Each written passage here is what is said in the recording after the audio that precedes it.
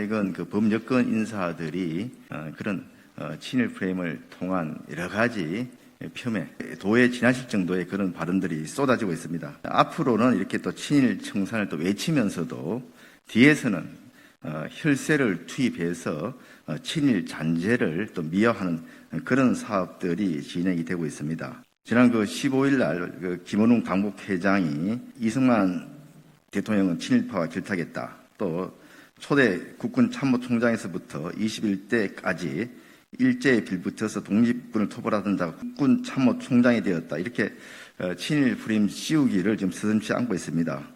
심지어는 지난 13일 민주당 소속 의원들이 주최하는 파묘법 공청회에서는 민주당 소속 특위위원장인 강창일 의원이 대전 현충원에 안장된 지 한 달도 안 된 백선엽 장군에 대해 국립묘지에 원수가 있는데 유공자 애국헌혈지사가 저승에 가서 자정할 수 있겠느냐는 그런 아주 극단적인 발언까지 했습니다.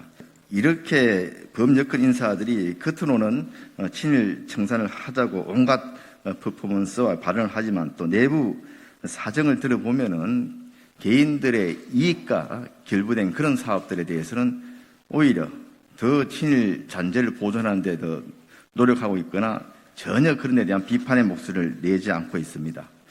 가장 대표적인 것이 지난 20대 문체위 교문위 간사이기도 했던 민주당의 간사이기도 했던 손혜원 전 의원의 목포 부동산 투기 의혹입니다. 대통령 영부인의 가장 절친이면서도 더불어민주당 문체위 간사로서 문화체육 관광 관련 사업에 많은 영향력을 행사할 수 있었던 손혜원 의원은 지난 8월 12일 목포의 근대 역사문화공간 재생 활성화 사업과 관련해서 1심에서 부동산 투기와 관련한 유죄 판결을 받았습니다. 판결문에 의하면은 손 의원은 미공개 정보와 권한을 남용해서 측근들과 함께 인근 지역에 무려 22채의 주택을 구입한 바 있습니다. 이 주택들을 비롯한 주변에 유적이라고 하고 있는 것들이 일제 강점기 시절 대한민국의 아픈 역사가 고스란히 남아있는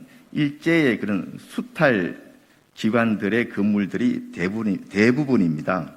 이런 일제 식민지의 상징적인 장소들을 문화재로 지정하는 것이 과연 타당한 것인가? 더욱이 여기에 무려 5년간 한 500억 원의 혈세를 투입하는 것이 또 국민들의 정서에 부합되는 건지, 그동안 또 여권 인사들이 이야기하던 친일 잔재 청산과 모순이 되지 않는 건지 의문이 들지 않을 수 없습니다.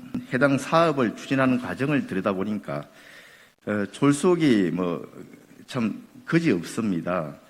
현장 조사라고 했었는데 현장 조사위원들의 내용들을 보면은 문화재위원이나 교수들의 세부의 내용이 일부에서는 토시까지 틀린 게 없이 동일한 내용들이 조사 결과에 기록되어 있을 정도로 형식적 조사가 진행이 되었고, 근대 문화재 분과의 회의에서도 여러 분과위원들이 일제 이런 수탈의 잔재가 남아있는 건물들을 보존하고 관광 자원하는 것이 오히려 명확한 역사 인식을 심어주지 못할 뿐만 아니라 일제 식민지에 대한 일본인들의 향수를 느끼게 할 수 있는 그런 부작용들을 많이 제기했음에도 불구하고 강행이 되었습니다.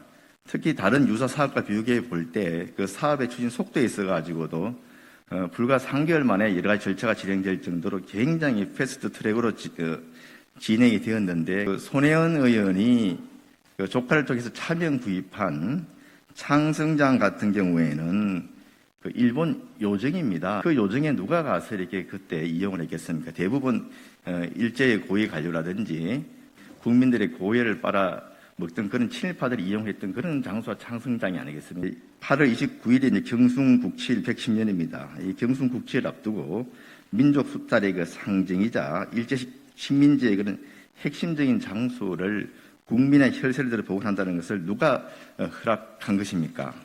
이는 역사의 본말을 망각한 작태이자 1926년 조선 동양척식주식회사 경성지점에 폭탄을 투척한 바 있습니다. 이런 나석주 열사가 이 지하에서 통곡할 일입니다.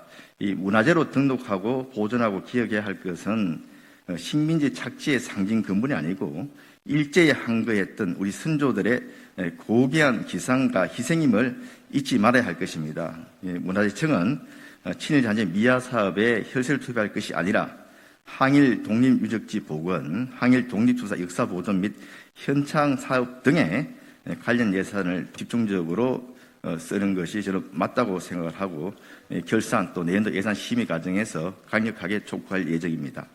감사합니다.